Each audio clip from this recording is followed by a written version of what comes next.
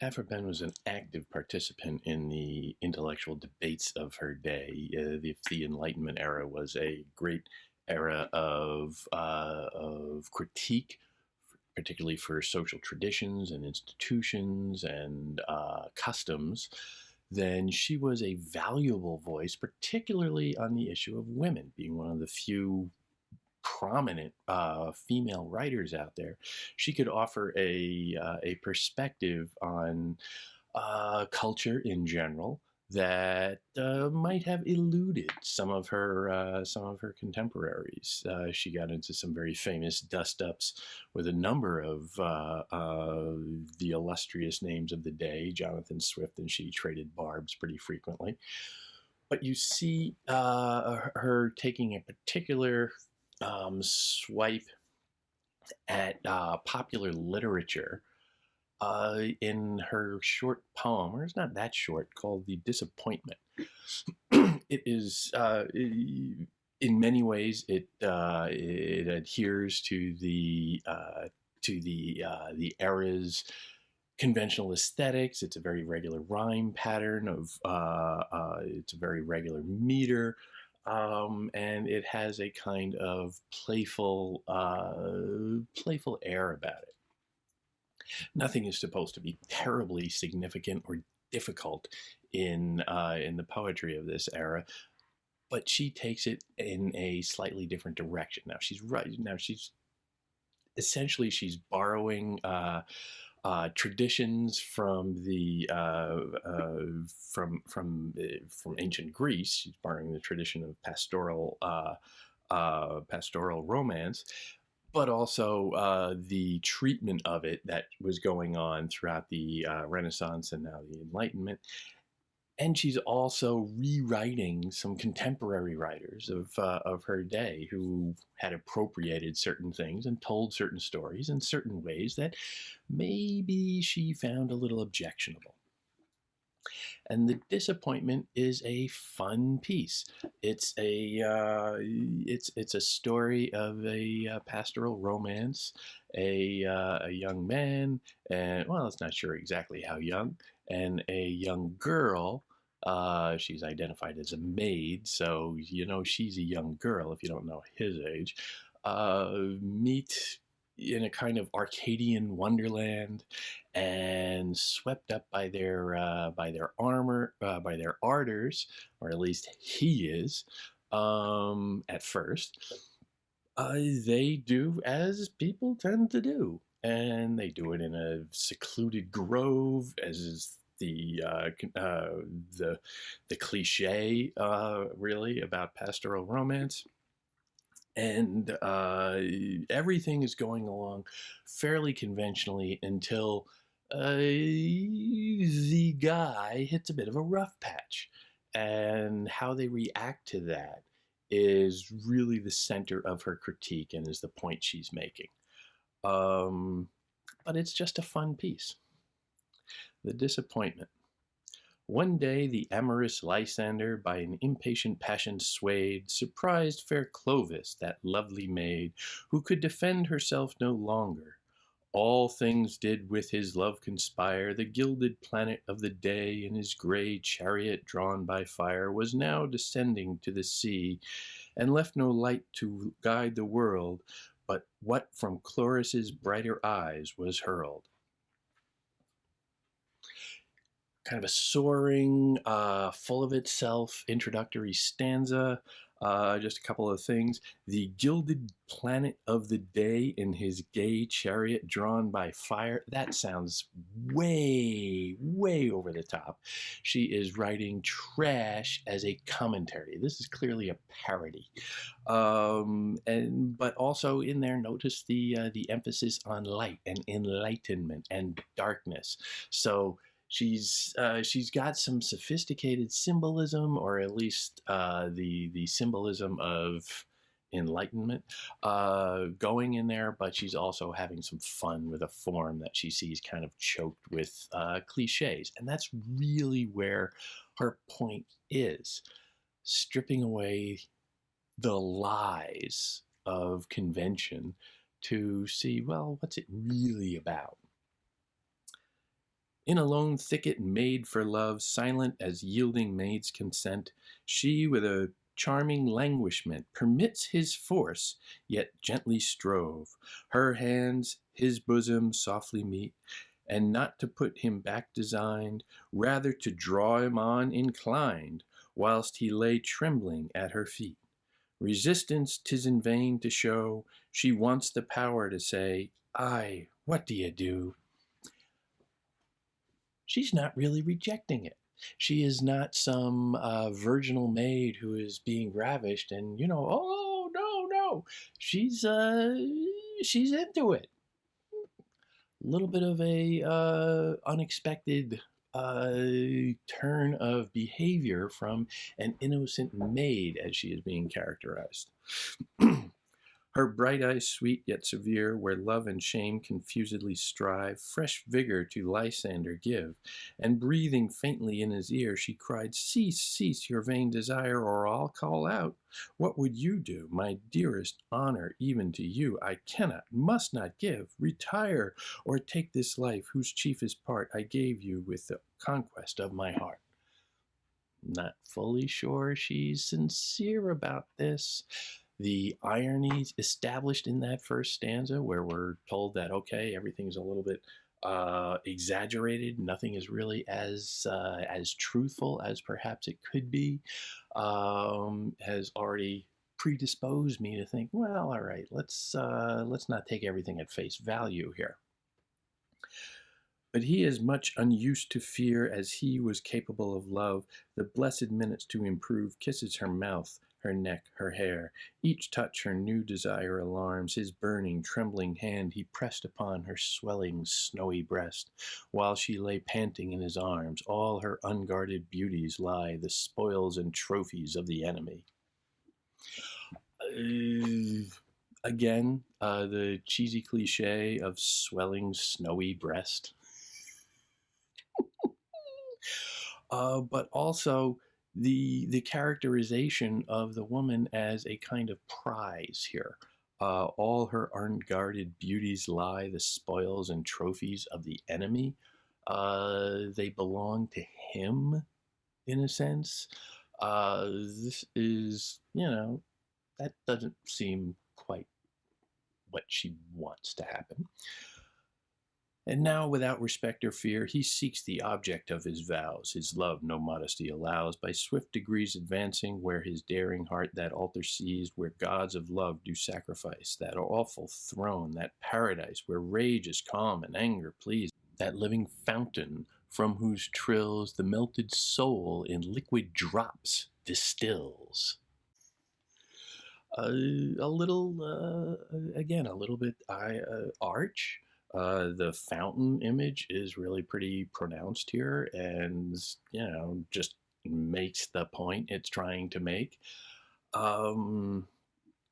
Her balmy lips encountered their bodies as their souls are joined, where both in transports unconfined extend themselves upon the moss. Cloris, half dead and breathless, lie. Her soft eyes cast a humid light, such as divides the day and night, o'er falling stars whose fires decay. And now no signs of life she shows, but what in short breath sighs returns and goes. Getting into it, perhaps. He saw how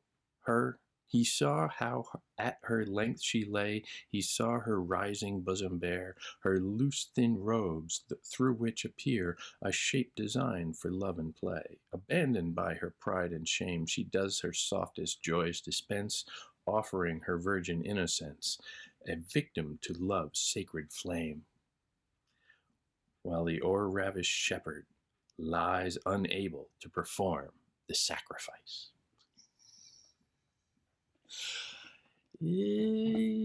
Performance anxiety. It happens, it happens. Ready to taste 1,000 joys, the two transported hapless swain found the vast pleasure turned to pain, pleasure which too much love destroys.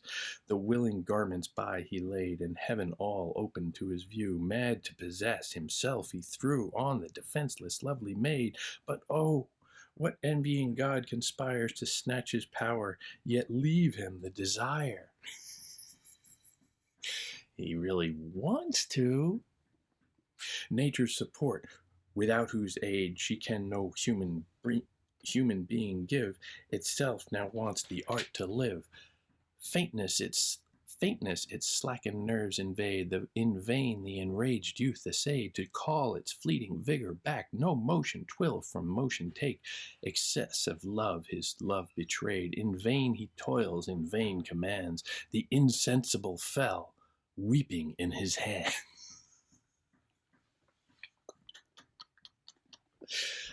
It's funny. In this so amorous, cruel strife, where love and fate were too severe, the poor Lysander, in despair, renounced his reason with his life. Now all the brisk and active fire that should the nobler part inflame, served to increase his rage and shame, and left no spark for new desire. Not all her naked charms could move or calm that rage that had debauched his love. Well, this is straight enlightenment. This is the heralding of reason over emotion and passion, and he is consumed by rage. You see rage continually.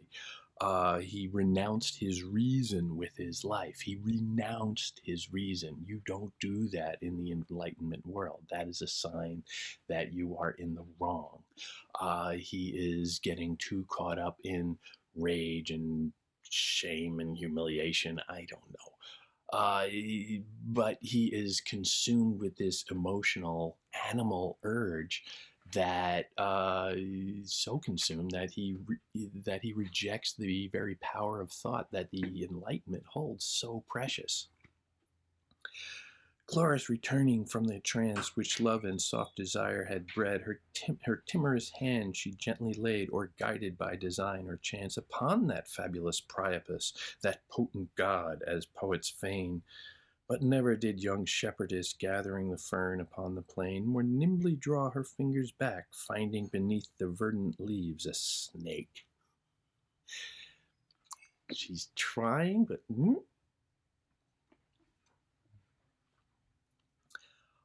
notice, returning from the trance, Cloris is retaining her reason. She was, swept up in some passion, but now she has recentered herself. She has dispelled with the emotion of the moment, the rage and the shame and the frustration and the passion and all of that stuff. Okay, now that's gone. Let's just deal with this like adults. Let's think our way through this reasonably. There's no reason to get carried away. But he's getting carried away. Then Cloris her fair hand withdrew, finding that god of her desires disarmed of all his awful fires, and cold as flowers bathed in the morning dew. Who can the nymph's confusion guess? The blood forsook the hinder place, and strewed with blushes all her face, which both disdain and shame expressed, and from Lysander's arms she fled, leaving him fainting on the gloomy bed. Like lightning through the grove she hies, or Daphne from the Delphic god. No print upon the grassy road she leaves to instruct pursuing eyes. The wind that wantoned in her hair, and with her ruffled garments played, discovered in the flying maid all that the gods ever made, if fair. So Venus, when her love was slain, with fear and haste flew over the fatal plain. The nymph's resentments none but I can well imagine or condole, but none can guess Lysander's soul. But those who swayed his destiny, his silent griefs swell up to storms, and not one god his fury spares. He cursed his birth, his fate, his stars, but more the shepherdess's charms, whose soft bewitching influence had damned him to the hell of impotence.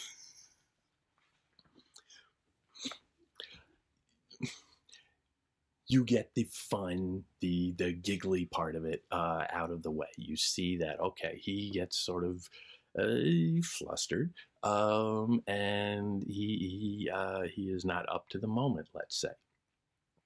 and he reacts emotionally to it. He is consumed with rage, and he dwells on that. And instead of just stepping back and saying, "Well, okay, these things happen. Performance anxiety. Who knows?" But she maintains that equilibrium. She doesn't let herself get swept away. She doesn't let herself get transported by the emotion of the moment. She finds her reason. He does not. And in fact, that's wherein the tragedy lies. Because in that final paragraph, you see that, her position is, or her feelings at the moment are attainable or discoverable by the poet, a fellow woman. Uh, she says, "None but I can do that," meaning that the female perspective is important in understanding the dynamics here. But nobody can reach Lysander. Nobody can reach that level of emotional consummation because he is too far from reason. So using reason to reach him is just he's a madman at this point. He's gone essentially. So nobody can reach him. Now, nobody but Aphra Behn, perhaps, or at least the poetic voice, whom we are presuming is also female. Nobody but she can reach Cloris's perspective, but it is something. It takes an active an active use of female identity, perhaps. But you can get there. You can understand what is going on because she is inherently reasonable. But the real tragedy comes in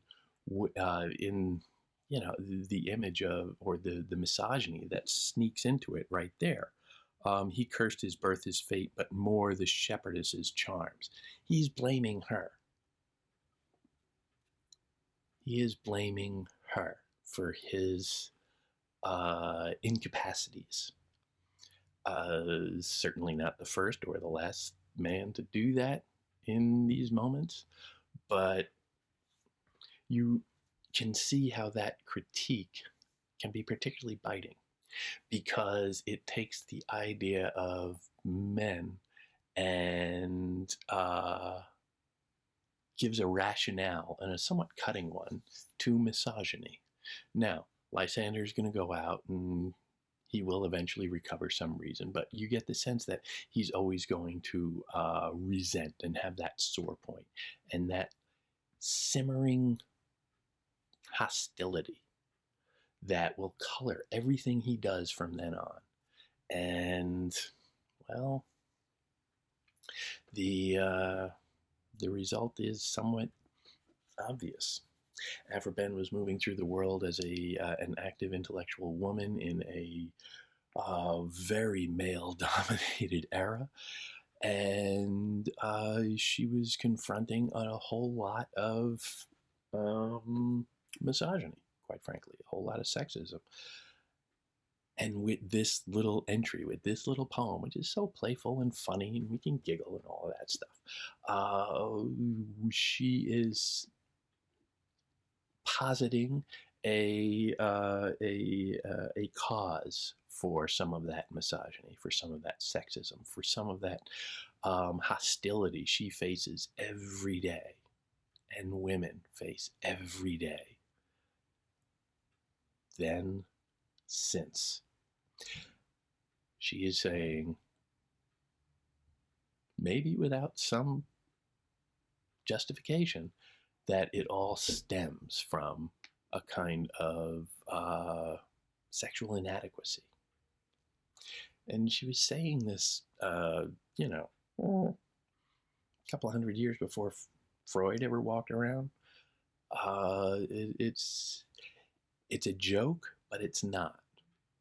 And she is using humor to make her point, not unlike a lot of the other great wits of the era. Swift, that was his bread and butter. She is joining those ranks of Enlightenment critique by taking something fairly conventional, the shepherd and the little shepherdess sneaking off to a verdant grove for an afternoon of love. How very Arcadian. Um, but the pastoral tradition that had been a part of literature for uh, centuries, for more than, for going on like 2,000 years at this point, that tradition has some problems to it. And we should be aware of them because they seep into the society ideas that are counterproductive and inherently unjust. And she, as a good Enlightenment soldier, is going over the landscape of culture and saying, okay, what is all of this stuff really doing? And how can we maybe just tweak it a little bit to make things better?